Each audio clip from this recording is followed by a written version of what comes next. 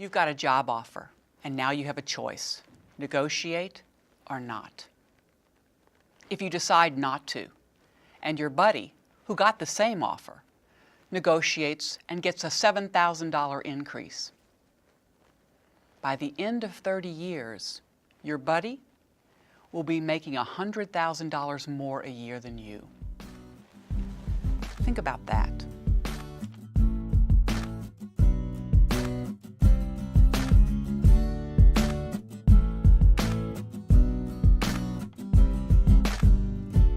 My husband's a trained chef.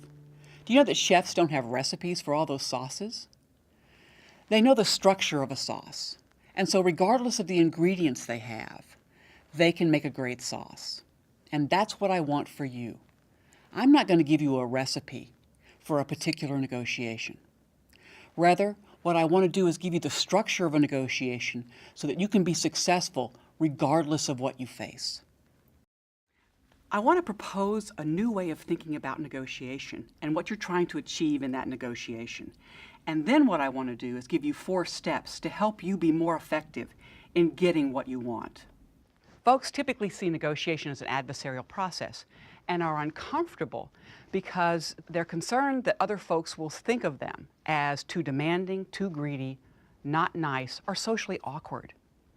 What I want to do today is get you to change the frame of how you think about negotiation, moving it from an adversarial process to one that is problem solving. And problem solving is collaborative. I want to solve our problem in a way that's good for you, but also gives me more of what it is I want.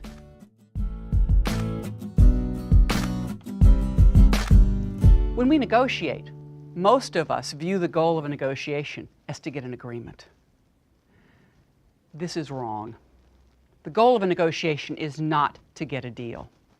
The goal of a negotiation is to get a good deal.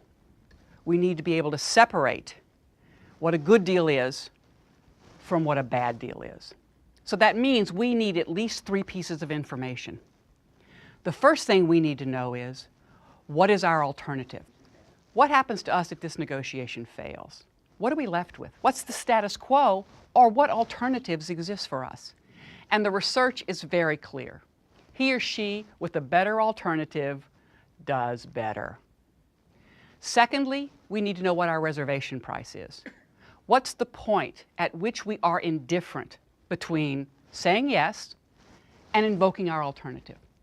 And when you negotiate, it's critical that you understand where that reservation price is, because that's the point at which you are indifferent, where a no looks as good as a yes. And the third point, which is really important, and one that people often overlook, is that not only do we have to think about our alternative and our reservation price, we also need to think about our aspiration.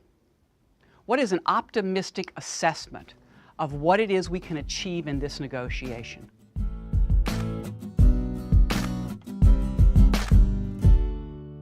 So how do you get more of what you want?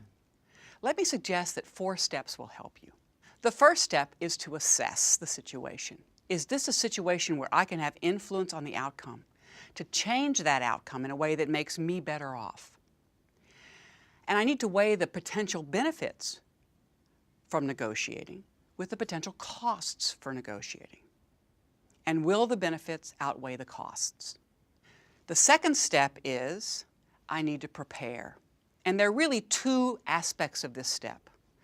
Number 1, I need to understand what my interests are, what I'm really trying to achieve in this negotiation. And the second component is I need to understand the interests and preferences of my counterpart. Many of us may understand what our interests are, but few of us actually understand at a deep level what the preferences and interests are of our counterparts. Third, now comes the ask. Engage with your counterpart. Look at these disputed social situations as opportunities to negotiate. You have information that your counterparts don't have. And this is what you bring to the table. If they knew all your information, if they knew your perspective, They don't need you. Because you have unique information and because they have unique information, that's where the value is created. Fourth, you need to package. Now, what do I mean by that? Most of us, when we negotiate issue by issue. This is a really bad strategy because when you negotiate issue by issue, every issue is adversarial. You either win or lose. When you're packaging issues, you now have the opportunity to trade among the issues. So, think about proposing solutions, alternative solutions to your counterpart in packages. And to help you out, because your counterpart will probably want to negotiate issue by issue, think about using if-then language. If I give you this, then I get that. What you're doing is you're yoking various issues together into a package. To get more of what you want, there are 4 steps.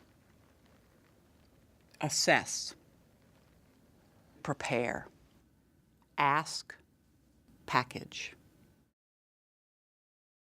To give you an example, my dean recently sent me an email indicating that I would have to be going from 5 courses a year to 6 courses a year, because he had received information from the provost that we needed to be consistent in the amount of contact hours and course credit.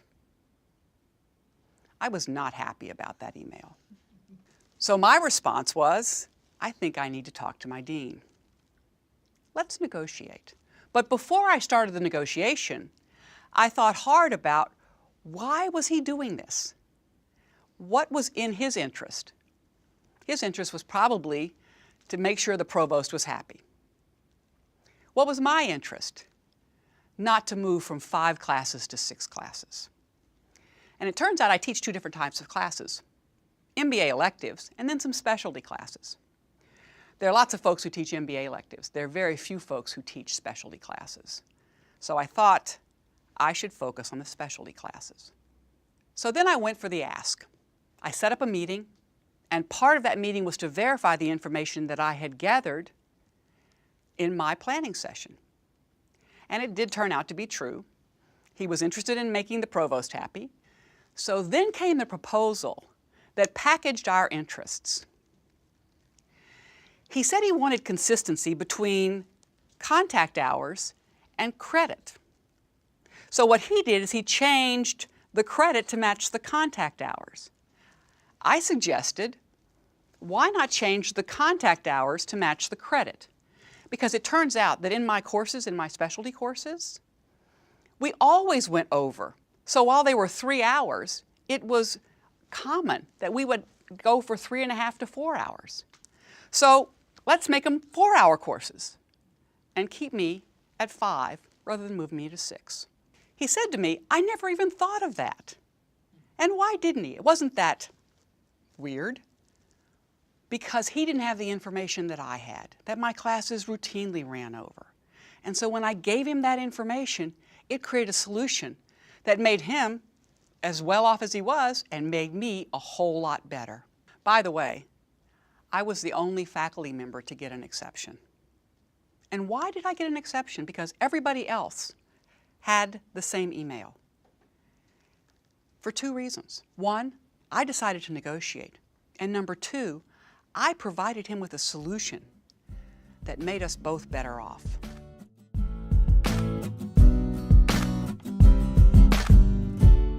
So what are the unique opportunities and challenges that women face when they negotiate? Let's start off with an example that's pretty far away from what most of us think about as negotiations. In 2006, the U.S. Tennis Open's Grand Slam tournament got some new technology. And for the first time, they were able to replay the calls. And so they allowed the players to challenge the calls of the referees. Now it turns out that over the course of the entire tournament, about 1/3 of the challenged calls were given to the player. But interestingly, if you divided up the number of challenges by gender, it turns out the men challenged 73 calls, while the women challenged 28. Now, we can come up with all sorts of stories about why men's tennis is different from women's tennis. Men's tennis is faster. Maybe the judges make more mistakes. Maybe the judges are paying more attention to the women. Maybe.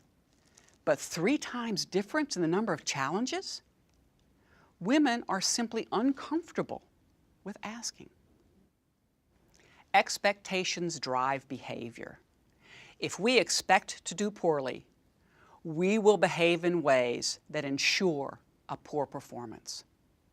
This was demonstrated in a piece of research that I think is very telling.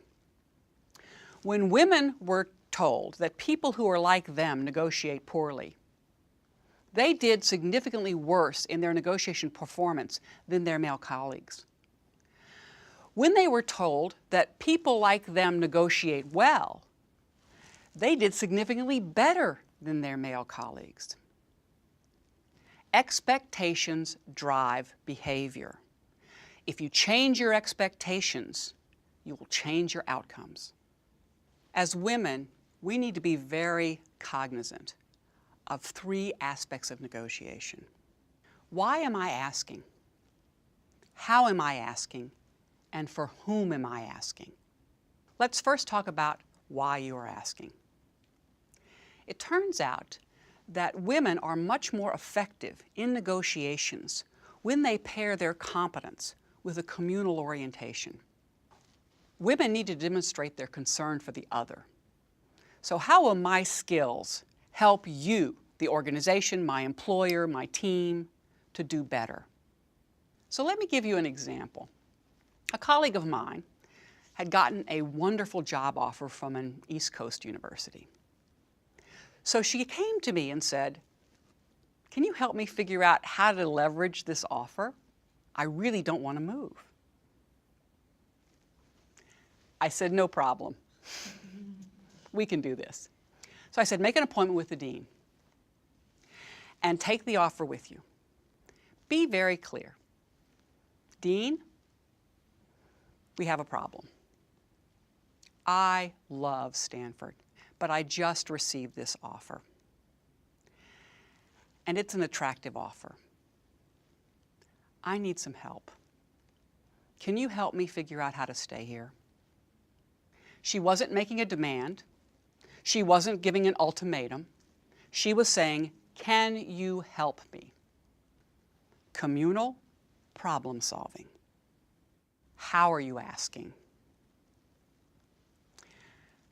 Male evaluators penalize female negotiators in a single issue distributive negotiation when I ask for more money, in ways that they do not penalize her male counterparts. Female evaluators penalize both males and females for asking for more. Why the women were penalized was because they were perceived as being too demanding and not nice. Now note I said a single issue. They were negotiating issue by issue. So, how can I help you with this pool of resources that I need to do my job more effectively to make you better off? And packaging. Communal packaging. Next, for whom are you asking? It turns out that if we distill the research and negotiation, we have 2 big findings. Number 1, you're better off negotiating for yourself if you're a man. Number 2, if you're negotiating for me, I am much better off if you are a woman. Women outperform men in representational negotiations between 14 and 23%. This is huge. So I use this all the time. When I negotiate, I don't negotiate for myself. I negotiate for my husband, my 4 dogs, my 7 horses, and my 14 chickens. That's a lot of mouths to feed, and it works.